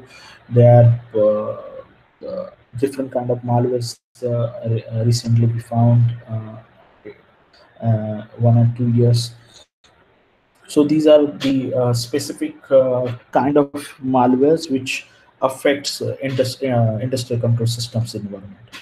We are not going in a deep dive in those malwares. Maybe in our next, in future we'll talk about these malwares as well. So if you see, it's updated up to 2015. We are in now 2019, but let's take example. So these are the issues we can see in 2010, 2011, 2012. It goes on in 2011. Well, a lot of malwares released based on Stuxnet, and they modified and they are advanced than Stuxnet, like Havocs and other malwares in industries. Then they affect nationwide, like they affected entire world. They spread it out entire world. So depend on the malware architecture, they affect only industrial control systems. So recent incidents, yes, it's in, you can see the Israeli powered grid authority, then Black Energy. It's from within 2 or 4 years. Havocs is mainly scans for OPC protocols. It's another kind of protocol which connects with different PLC and used for connecting and managing these kind of different kind of PLCs. They use OPC protocol. The Dragonfly. The, there are tons of it's an old one, but if you go for a recent, within 2 years, you'll find a ton of attacks happened recently actually. So existing challenges. So there are different, well, too many challenges in this industry actually. So if you go for the guy who understands the ICS and the security parts, you'll find very few guys. So it's lack of knowledge. So I'm from a security background, so I did a lot research. I made entire setup. Then I understood how it works. I visited some plants. So then I got that yes, this is the ICS, and this is how the challenge is. So main thing, you have knowledge of lack of knowledge of industrial control systems, and again. To dealing with those industries, you need to have experience. You need to have how it works. So because if something goes wrong, it affects the entire system. So you need to have those kind of experience as well. This requires for research to understand. You requires a hardware setup in your lab. So it's too expensive to make a real life. You can say the lab actually to play with it. And as I said, it's a cost. It's not cost effective. It's cost of hardware goes high and higher where you go for DCS infrastructure or any kind of SCADA application. If you're going for it's cost a lot. So how to overcome that? There are different kind of simulators freely available in GitHub and shareware. They shared on different slides, sites also. So you can try to these kind of download it and understand the protocols, how we can replicate those attacks over the simulators as of now. So there are open source applications like SCADA application, HMI application. We need to connect with those simulators to this application and understand how it goes on. And yes, there are the Modbus, TCP, DNP3 protocol simulators are available. So here we are going to show one simulator which is very well known for the industries. Even in different the trainings, I do trainings on that software as well, usually, and in science training or other any different kind of trainings, they use different kind of simulators or other. Different kind of they come up with a real PLC as well. So simulators, we have Modbus PAL, which is really well known. Conport is another kind of simulators, not but exactly the simulators. It's used for honeypot. So I played with a lot of honeypots, and it simulates generally S7200. This is one kind of Siemens protocol or Siemens device, and which also use Modbus communication and a lot of stuff. Gaspot, it's another kind of you can say the simulator as well as the you can say honeypot, which use AST protocol. It's for gas station. So gas station has some sort of protocol. They call it AST protocol, and through AST, it's a very plain and clear text protocol where you can connect over the telnet and you can do a lot of tons of attacks over that. SCADA VR is one of my very good and favorite application where you can it reads every protocol, DNP3, BACnet, Modbus, and one wires protocol and a lot of stuff. And you can use Modbus Pi library. So through that Modbus.py library, you can create your own script. You can interact over the PLCs. You can modify as per your attack. And tools, yes, Modbus for Nmap, you have to use a Modbus plugins, script plugins. You cannot go in the ICS and just run the Nmap. It would crash the entire system. So it's a IED, intelligent electronic device, or rather you can say it's a PLC, embedded system. And Nmap is like if it doesn't recognize or do not recognize any port, so it start spitting different kind of nothing but as fuzzing actually on that particular port, so it creates a havoc. PLC scan is a good tool. You can use PLC scan instead of Nmap as well.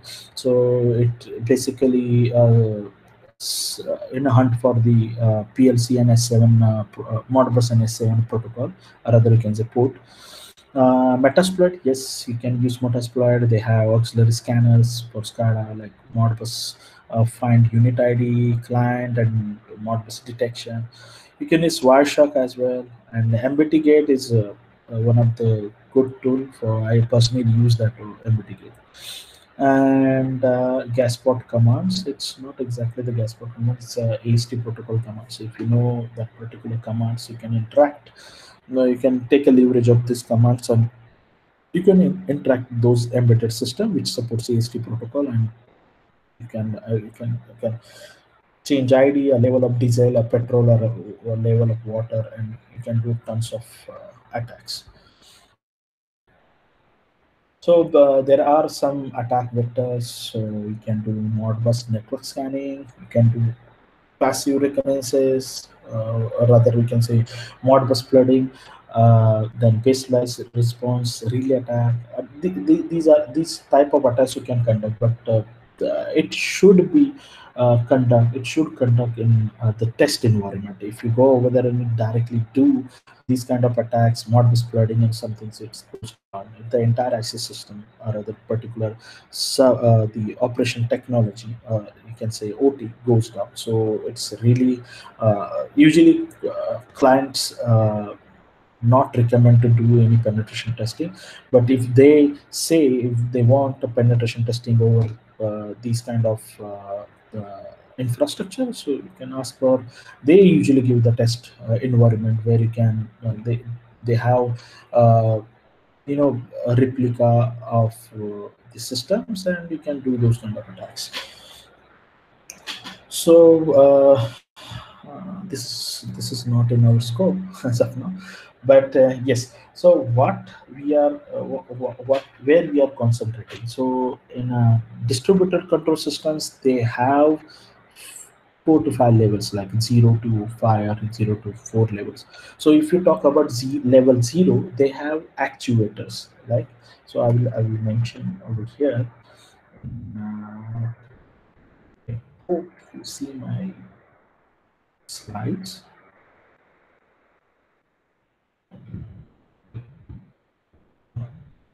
Correct. Okay.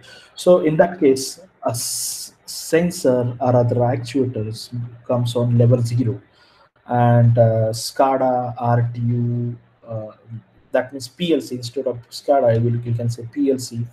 Um,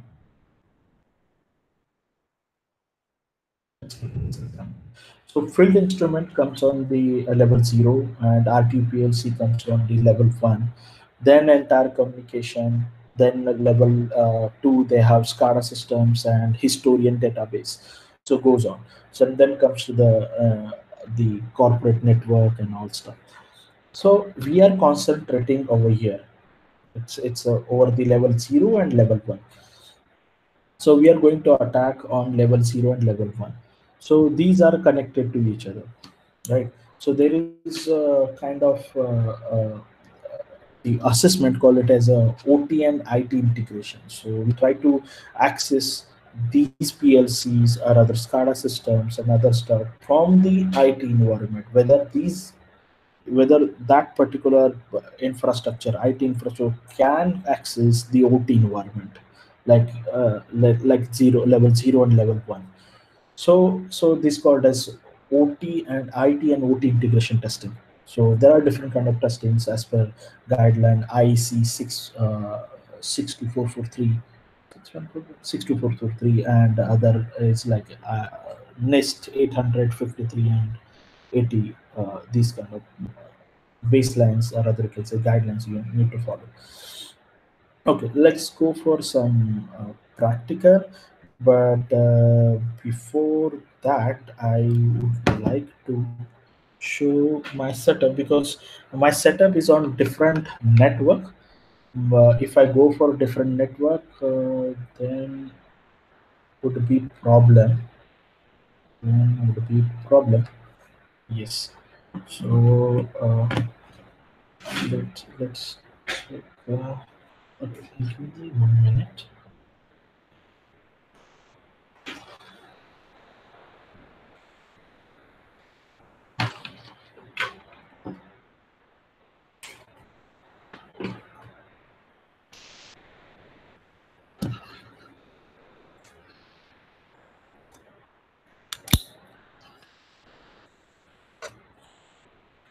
Okay. Am I audible?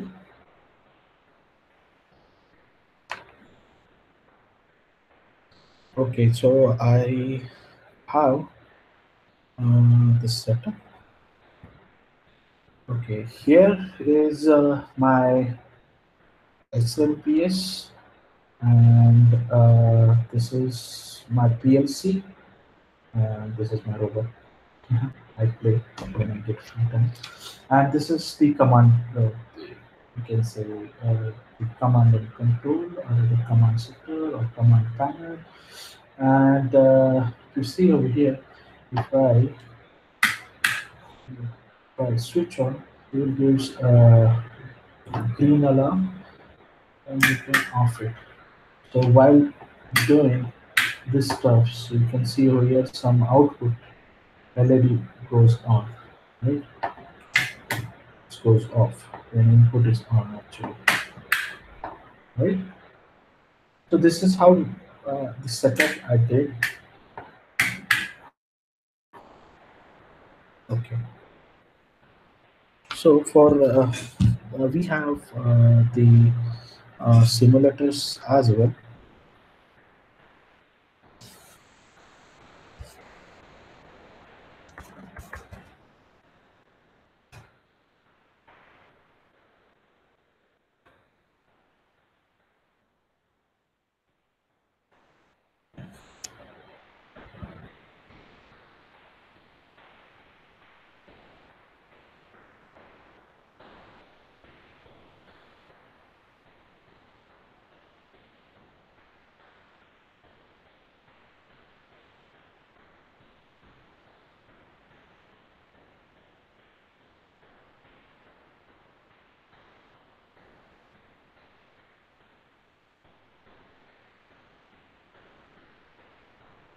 Okay, so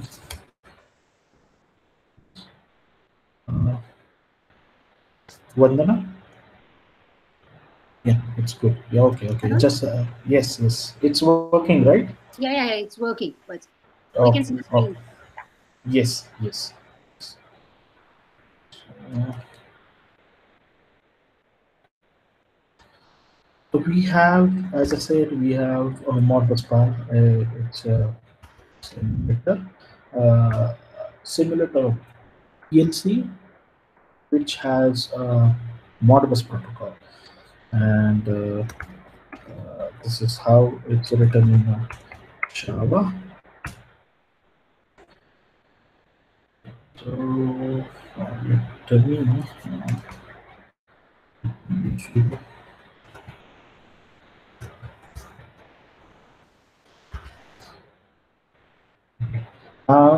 yes. Here we need to add, as I said, in the model protocol, we need to have slave ID, right? We are giving a slave ID 1, we are adding now, and here we are giving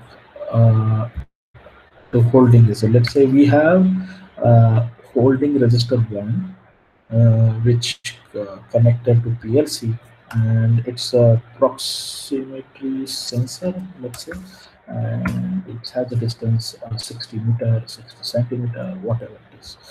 Coil, we have 2 coils now, and which is one is something we have on. Let's say we have two water dam door. One is closed, one is open. So 0 is let's say closed, and one is open, right? Uh, okay. So now this Modbus part works on localhost, like you can say. Uh, uh, you can say 127.0.0.1. Okay, so we have a tool called as MBP. So it's try to connect with localhost with 502, and I think so it's not running. So let's run it. So if it is blinking, that means it's running. So it gives a green and grayish color. So MBP gave edge. If you do, you get switches, different kind of switches. Here R1, R2, R3, and R4 is mainly function 1, 2, 3, 4. And function 6, function 5 and 6, writing those values for one for register values, one for the say coil values. So here, let's say and I want to read, let's say -a. I want to read the coils. In a simulation, we have two values like 0 and 1. So it will start from 0. And how many addresses you want to? Address is nothing but we are talking about the addresses inside the over the Modbus communications. So I want to read two, right? Two addresses. So this is my, sorry, this is IP address for the simulators. So if I do yes, use function, okay.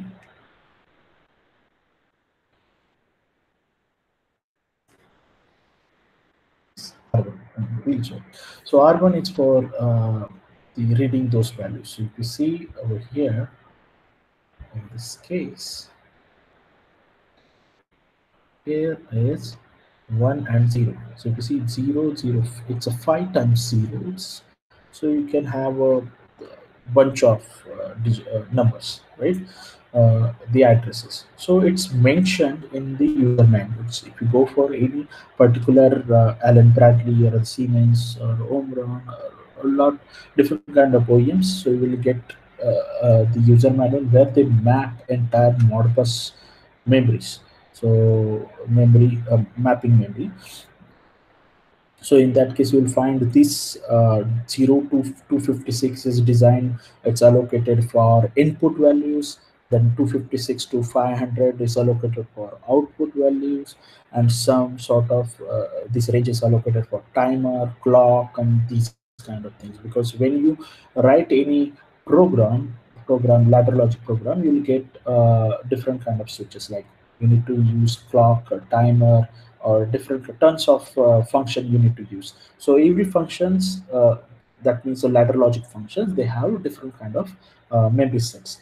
So if you go analyze the entire memory sets, you will come to know what exactly the memory sets are. So let's try to write this one. So for writing this one, we need to use W5. It's write a call. So -a, like I want to write 0 offset, and what do you want to write? It's now 0 offset is 1. So I would like to change. That means I would like to close the door of offset 0, and then this is our IP address. So bit right. Okay, so let's say read it first. So it becomes 0, 0. See over here, it becomes 0, 0 now. So let's open another door. And another door. Let's read it. So you can see over here becomes 1. So let's close both things. So specifically from here. So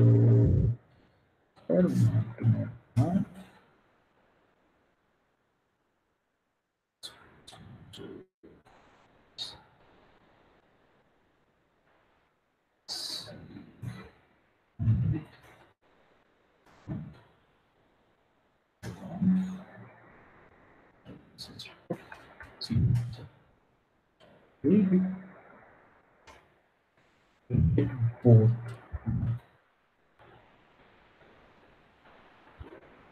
See, so let's do over the register values.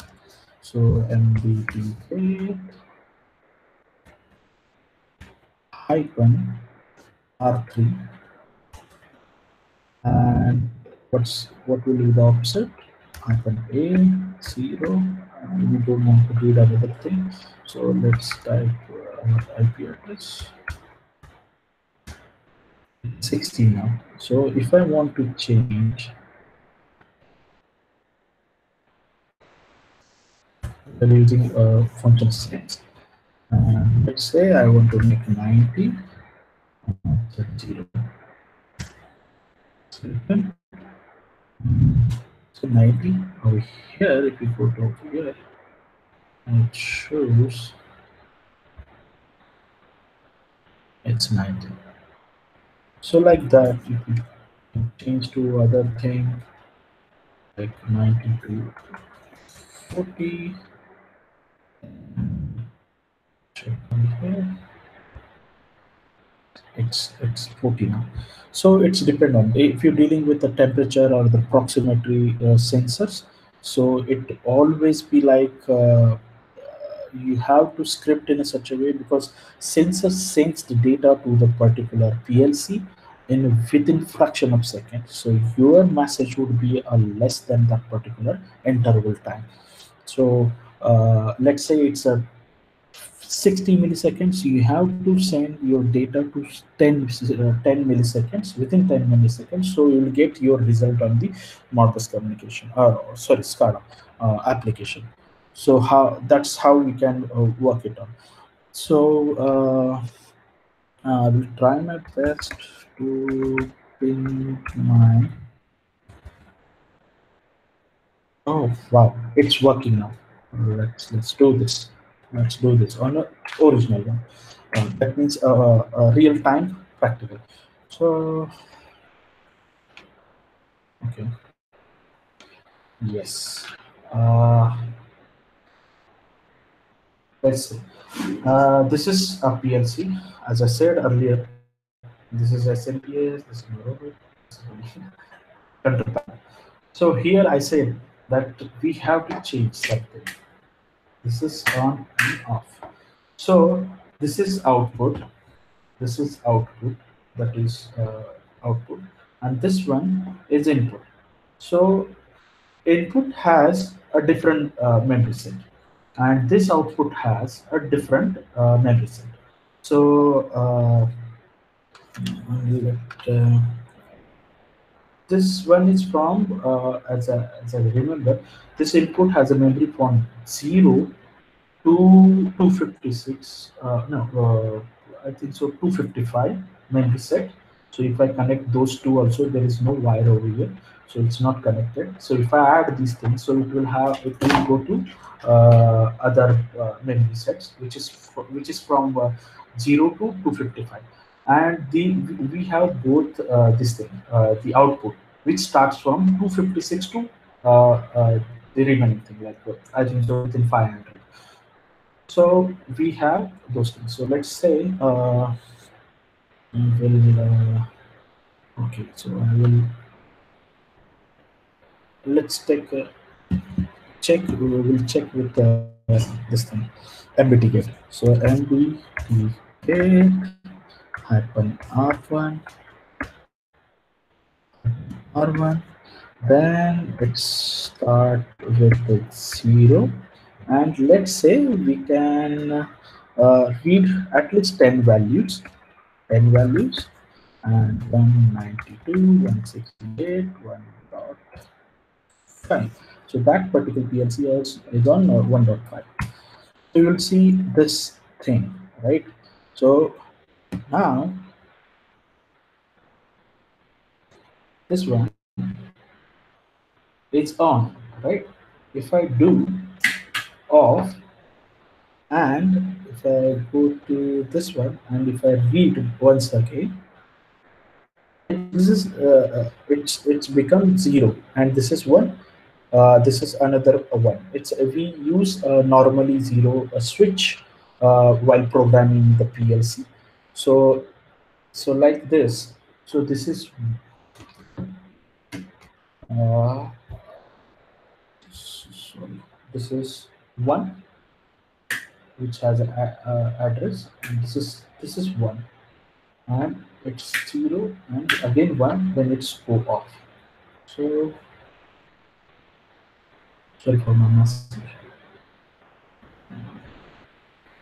Okay, so if I on, my indicator is as of now on mode, or a switch on,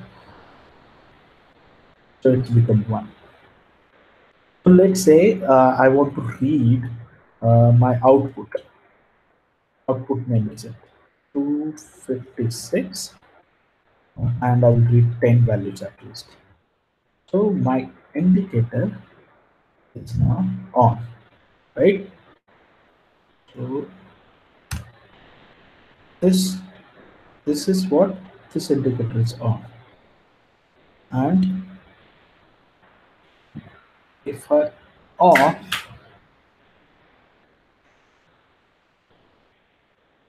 it goes off. So we don't have indicator now. So here is example. So let's say we are into the field, and where we want to confuse the field engineer that this green indicator is on. I want to switch on the red, which is critical one. They mention the critical. If something happened, they alert red. So I want to switch on this particular red alarm. So let's do this. So okay, so we know that the 256 is for output. So once again we read it, it's on. So let's 257 is another indicator. So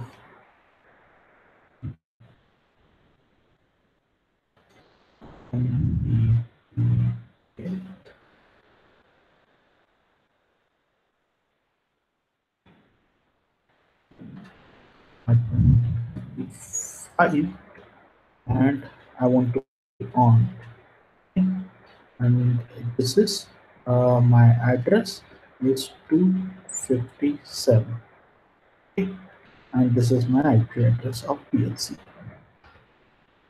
2.6.1.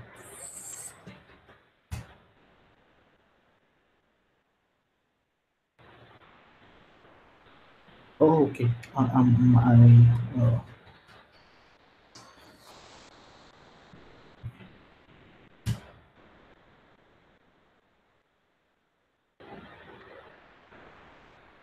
Failed.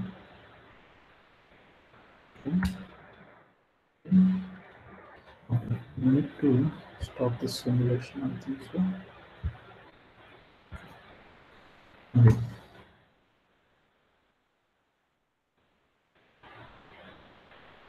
Okay, could not connect. My IP address. It's a 168. Let's do this. Okay. Now, if you see,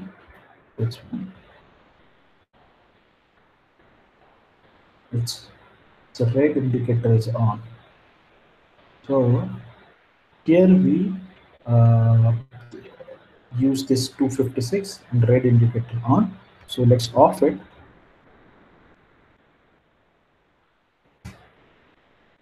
It's off. It's on. So field engineer says something is happening, like it could not understand why it's green also switch on and red also switch on. So it's like a different case over there. So what we done actually? So we did over here something like we are playing over here on a PLC, and we are changing some status of particular indicator, and the field engineer get confused. So mainly that these kind of malwares or other attacks, APT kind of attacks, they use those kind of uh, kind of attacks. You can do relay attack, replay attack, that means man in the middle attack, over the PLC, like you're sending a valid the corrupted one message relay on the SCADA application, and meanwhile you are controlling Modbus as well. So usually you will see these kind of attacks in industrial sector. So this is we concluded our talk, and I hope you guys enjoy particular talk, and I hope you will ask such a question, different questions as well.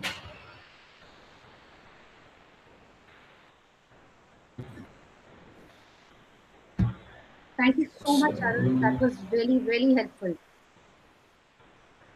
Yeah. Let me check the chat box if there are any questions in that.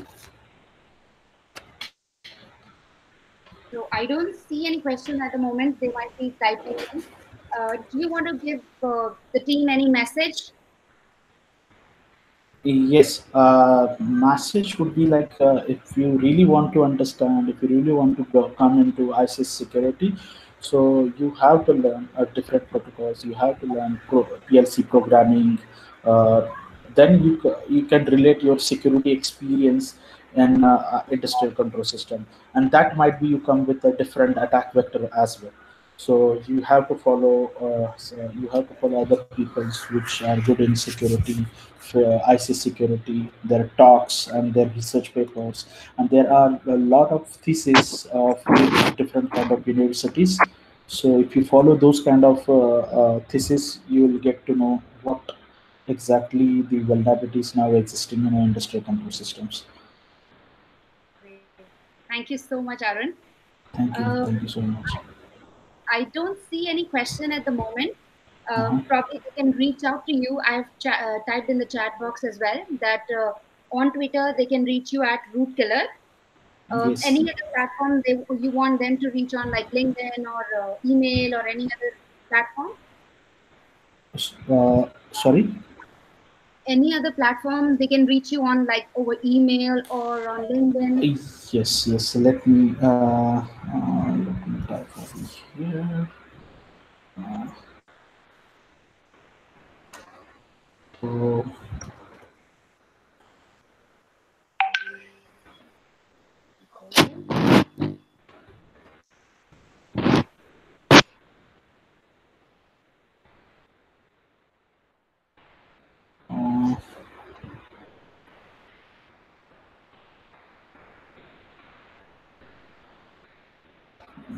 Twitter, link.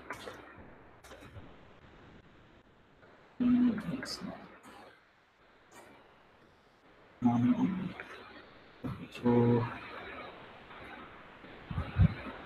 You can ping me on the chat, or you can WhatsApp me. I'll just post it on the. Sure. Yeah. So yes, this is my the email ID.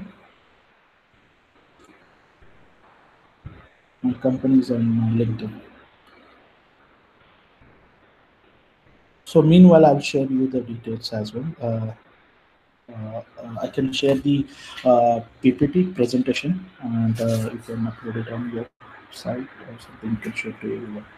Sure, you can load it. You can upload it on the SlideShare and share the link. That would Definitely, really definitely, Vandar, definitely. And thank you so much. Yes, thank you so much for hosting me. Thank you so much for joining us. That was really helpful, and I'm sure it's going to help others as well who were part of the webinar, or they might go back and check again. There were a lot of people who couldn't join, so they might go back and view it again. Yes.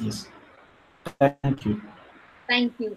Have a good night, and for the rest of the people, have a good day, good afternoon, or good night. Yes. Take care. Thank you. Thank you.